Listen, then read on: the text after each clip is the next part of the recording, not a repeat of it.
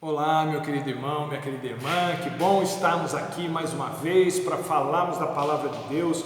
É sempre um prazer nós compartilharmos o que Deus tem para nós e hoje com certeza Ele vai falar com você, como fala comigo toda vez que nós vamos, que eu vou para a sua palavra, porque a palavra de Deus é a voz dele no meu espírito. E Ele me comunica essas verdades e me abençoa profundamente. Espero que esteja fazendo isso na sua vida também. E nós vamos orar agora para que Ele abençoe a sua casa, a sua família, você, para que Ele te proteja de todo mal. Vamos falar com Deus. Obrigado, Senhor nosso Deus, Senhor nosso Pai, nós te louvamos, ó Deus, porque como disse o profeta Samuel, milhares de anos atrás, até aqui nos ajudou o Senhor. Nós confirmamos essa palavra, estamos aqui pela graça do Senhor, pela misericórdia do Senhor, ó Deus, que o Senhor continue nos sustentando, nos abençoando, nos dirigindo, falando conosco, nos orientando, ó Deus, em nome de Jesus. Repreende o mal das nossas vidas, ó Deus, não permita que nós sejamos, ó Pai, envolvidos nas artimanhas, nas armadilhas do nosso adversário, mas que nós, ó Deus, possamos ter discernimento do Teu Espírito, ó Deus, para nos desviarmos do mal e sermos alimentados e abençoados pelo Senhor. Em nome de Jesus, abençoa essa vida agora, põe a Tua mão sobre essa pessoa que está nos assistindo, cuida da saúde dela, Pai. Se estiver enferma, cura em nome de Jesus. Se estiver aflita, ó Deus, que o consolo do Senhor a sustente, anime nesse momento, ó Deus. Se estiver depressiva, que o Senhor fale com ela e tire desse poço, dessa lama, ó Deus, desse lugar profundo, em nome de Jesus, dessa caverna. Nós oramos pedindo que o Senhor traga libertação sobre as nossas vidas, traga, Senhor, renovo sobre nós, em nome de Jesus. Amém e amém. E o texto que Deus nos deu para meditarmos hoje se encontra no primeiro livro de Samuel, aliás, primeiro livro dos Reis. Primeiro livro dos Reis, no capítulo 18, dos versículos 15 a 21. Primeiro Reis 18, 15 a 21. Diz assim: E disse Elias: Juro pelo nome do Senhor dos Exércitos, a quem eu sirvo, que hoje eu me apresentarei ao rei Acabe. Então Obadias dirigiu-se a Acabe, passou-lhe a informação, e Acabe foi ao encontro de Elias. Quando viu Elias, disse-lhe: É você mesmo, perturbador de Israel? Não tenho perturbado Israel, Elias respondeu, mas você e a família do seu pai têm. Vocês abandonaram os mandamentos do Senhor e seguiram os Baalins. Agora convoque todo o povo de Israel para encontrar-se comigo no Monte Carmelo. E traga os 450 profetas de Baal e os 400 profetas de Azerá, que comem à mesa de Jezabel, sua esposa. O rei Acabe convocou então todo Israel e reuniu os profetas no Monte Carmelo. Elias dirigiu-se ao povo e disse: Até quando vocês vão oscilar para um lado e para o outro? Se o Senhor é Deus, serviu. Mas se Baal é Deus, serviu. O povo, porém, nada respondeu. Até aqui. Nós conhecemos muito bem esse episódio. É uma batalha épica de proporções cósmicas, na verdade, quase tão famosa e crucial quanto a de Davi contra Golias, quanto a de Gideão com seus 300 homens contra os 135 mil midianitas, quanto a vitória de Sansão, que de posse de uma queixada de jumento matou 1000 filisteus. E sabem, o que fica muito claro para mim é que Deus, o grande Criador, E ele também é o criador daquela regra que tem sido muito utilizada ultimamente, que diz que menos é mais. Deus não precisa de muita coisa para fazer um milagre, para fazer uma maravilha, para fazer um sinal, para fazer o sobrenatural. Na verdade, ele não precisa de nada nem de ninguém, mas ele decidiu, por alguma razão que a gente desconhece, lá na eternidade, que nós deveríamos ter alguma participação em tudo o que ele faz. E aqui está Elias, o grande, assim chamado grande pelos homens, profeta Elias, num embate determinante e inevitável contra as forças do mal. Mesmo que muita gente não tenha consciência disso, esses embates espirituais, eles são frequentes em nossas vidas. São momentos, ou são aqueles momentos em que a gente precisa decidir de que lado está.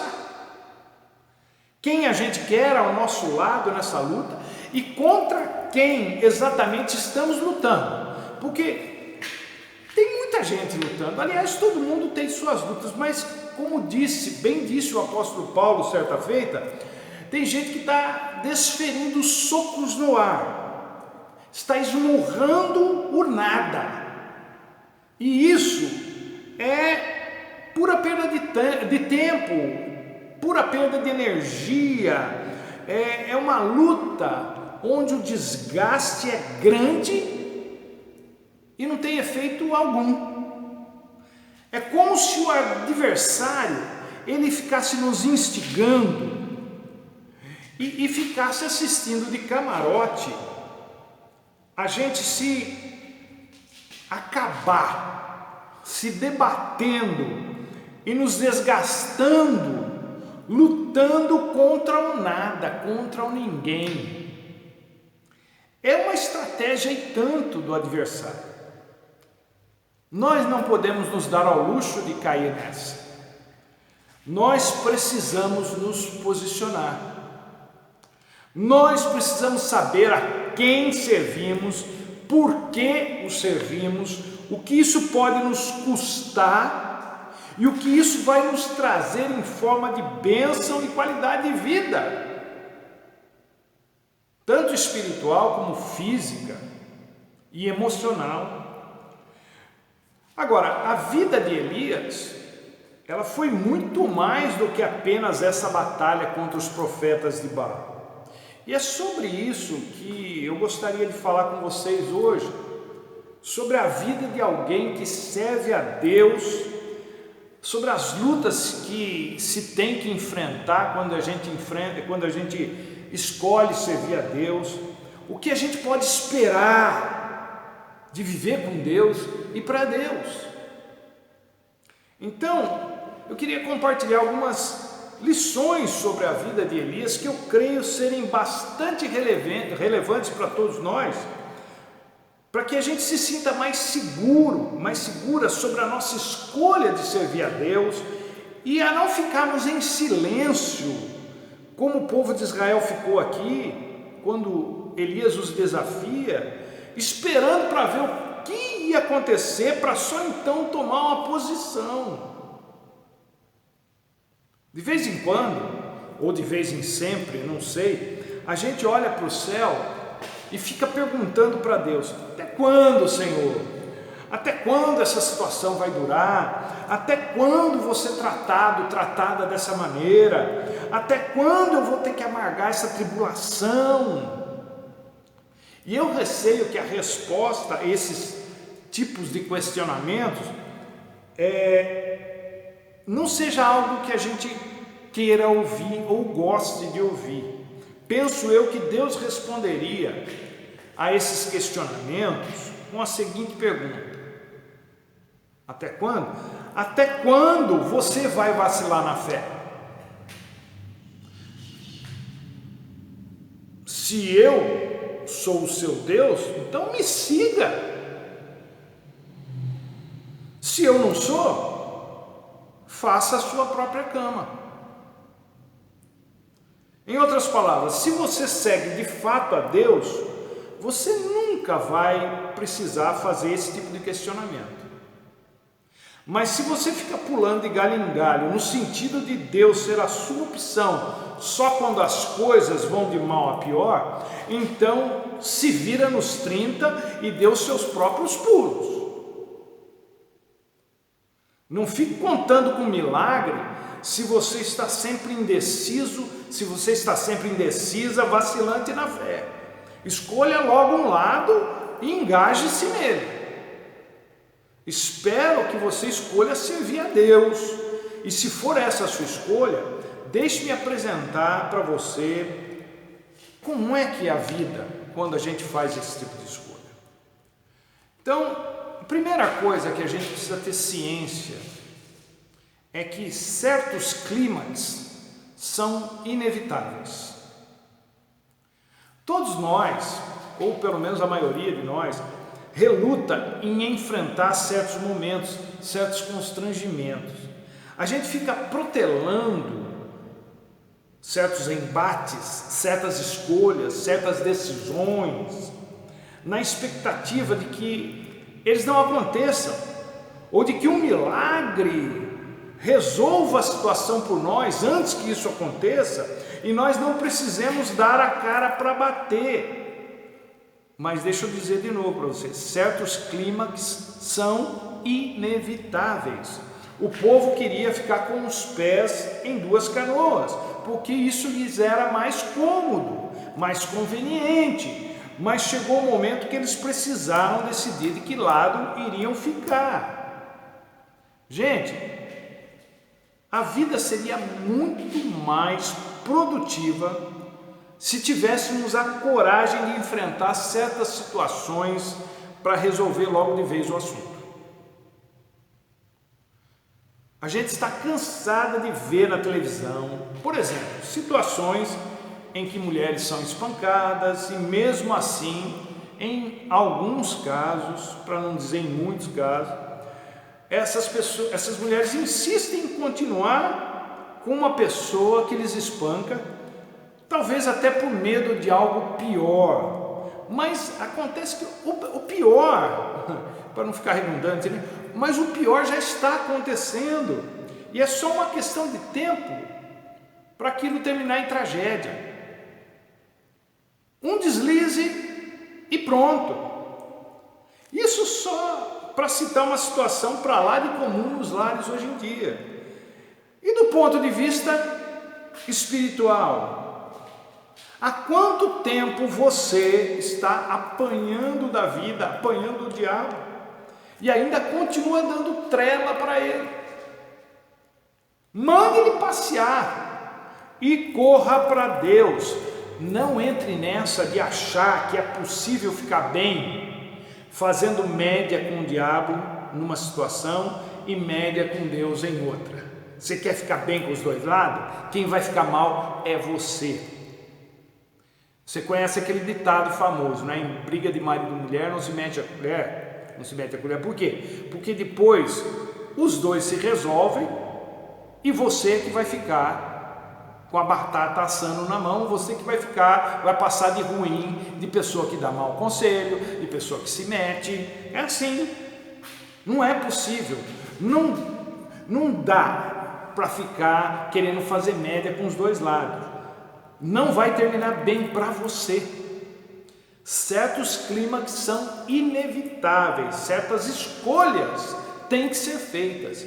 Então, escolha apenas um lado e que seja Deus, em nome de Jesus. Isso se você quiser vencer. A segunda coisa que eu gostaria de compartilhar com você aqui é que a presença de Deus em nossas vidas, na vida de quem o serve, é permanente. A vida de Elias, ela foi marcada por muitos momentos diferentes e em todos Deus estava com ele. Em alguns momentos Deus estava com ele para lhe dar uma palavra, em outros para realizar um milagre através de Elias, como o fogo caindo do céu, em outros para consolar o profeta, para fazê-lo se mexer, para incentivá-lo, e em outros para lhe dar algo para fazer. Deus também está conosco, gente. Ele está conosco aqui como estava com Elias em tempos difíceis. Deus estava com Elias no tempo da seca, que ele mesmo pronunciou, né? Depois Deus estava com Elias no momento de glória contra os profetas de Baal. Deus estava com Elias quando ele entrou na caverna para curtir a sua depressão. Deus estava com Elias através daquele anjo que lhe deu pão para comer e fazer uma caminhada, né, para ele recuperar as forças físicas. Deus estava com ele nas missões que foi dada, porque Deus nos encarrega de missões, e depois Deus vai estar conosco também no desfecho da nossa vida, assim como esteve com Elias naquele redemoinho onde ele foi elevado aos céus. E no meio de tudo isso, eu citei só alguns pontos da história dele, e no meio de tudo isso há muitos milagres nos quais nós somos envolvidos por Deus, ou como agentes da bênção, como Elias, não é? Ou como gente que recebe as bênçãos, como a viúva de Sarepta, que também faz parte do contexto de vida de Elias. Então Deus está conosco literalmente em todos os momentos das nossas vidas, mas quando a gente escolhe servi-lo, de fato, essa presença se manifesta de forma sobrenatural.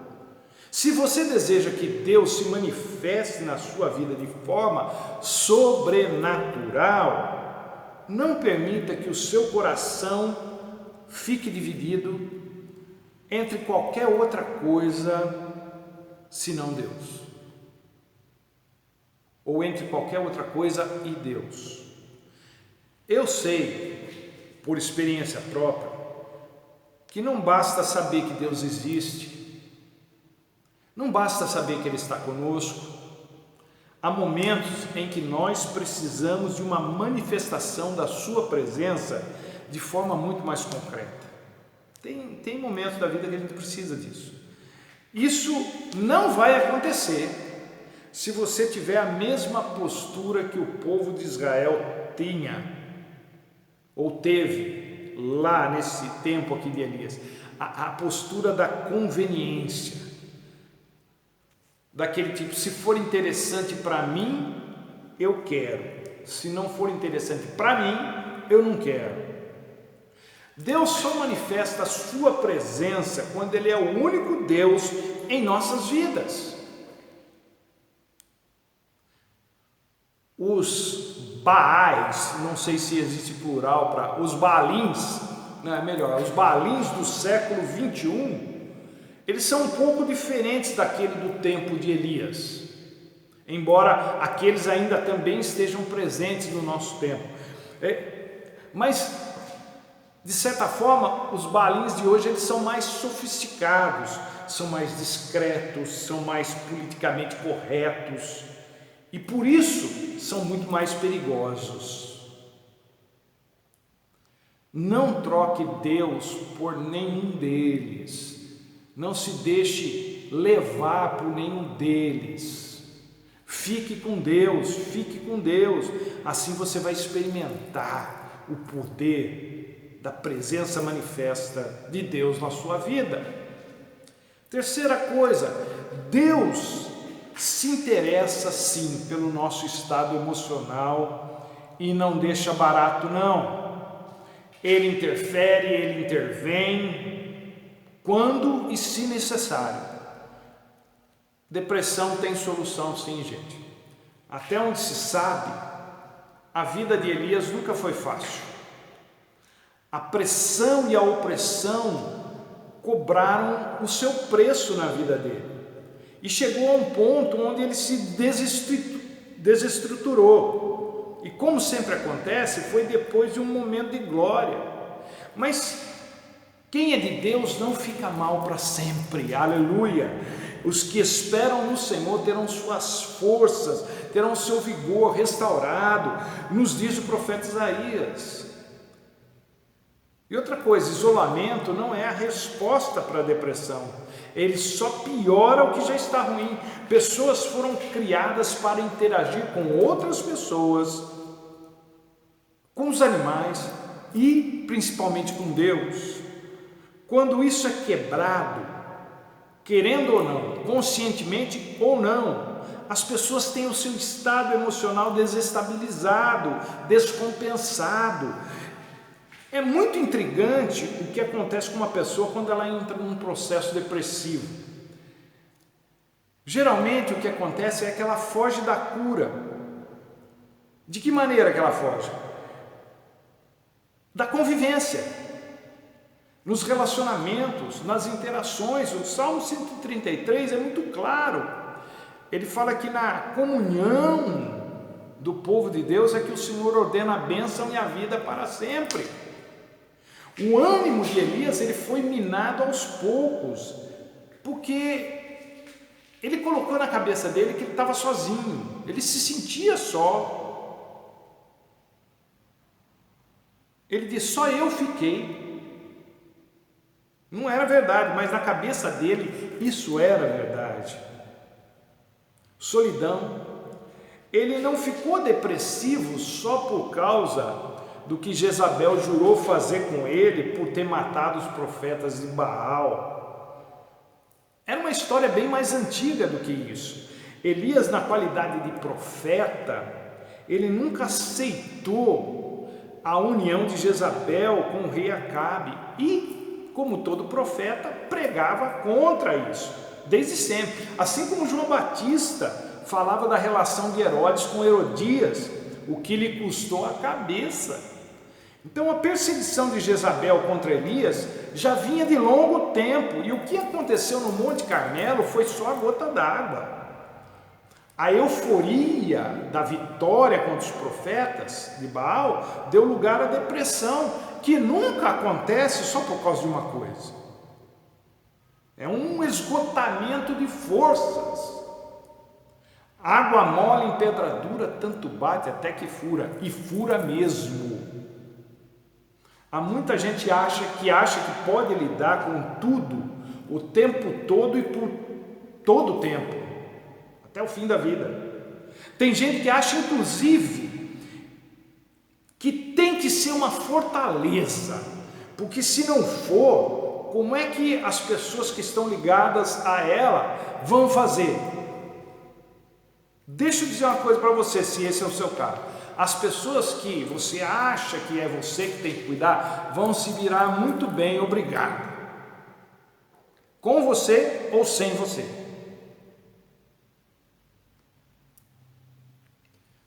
Até os mais fortes caem. Até os mais espirituais têm os seus momentos ruins. Mas para o alívio de quem é de Deus, quem cai não fica caído. Deus não deixa barato, não. Ele fala, ele sustenta, ele dá uma de terapeuta, ele argumenta, ele põe a pessoa para fazer algo importante. Deus se interessa muito por você e não aceita o fato de você ficar na pior. Ele vai te ajudar a sair dessa, mas você precisa ouvi-lo, e ele está falando com você agora. Você não está só, portanto não se isole e nem se afaste de quem quer ajudar você. Não afaste Deus da sua vida. E por último, Deus sempre tem planos para nós. Vejam como são as coisas. Elias, um homem que sempre serviu a Deus, precisou receber uma injeção de ânimo, uma missão para sair daquele estado depressivo em que se encontrava. A gente sabe que Deus não tem plano B, mas sabe que Ele tem um plano, e eu e você fazemos parte dele. A vida não acaba só porque a gente enfrenta circunstâncias difíceis, situações que a gente considera insolúvel, lutas que são desproporcionais. Não, nós fazemos parte do plano de Deus, e nenhum dos seus planos pode ser frustrado, nos diz Jó 42:2. O projeto de Deus para quem o serve é vencer sempre. No sentido que, no final das contas, se você permanecer com Deus, você vai vencer. Não é vencer todas, é vencer sempre. Isso na minha cabeça é diferente. Não importa o que a vida nos acarrete, Deus sempre terá algo para que a gente dê a volta por cima.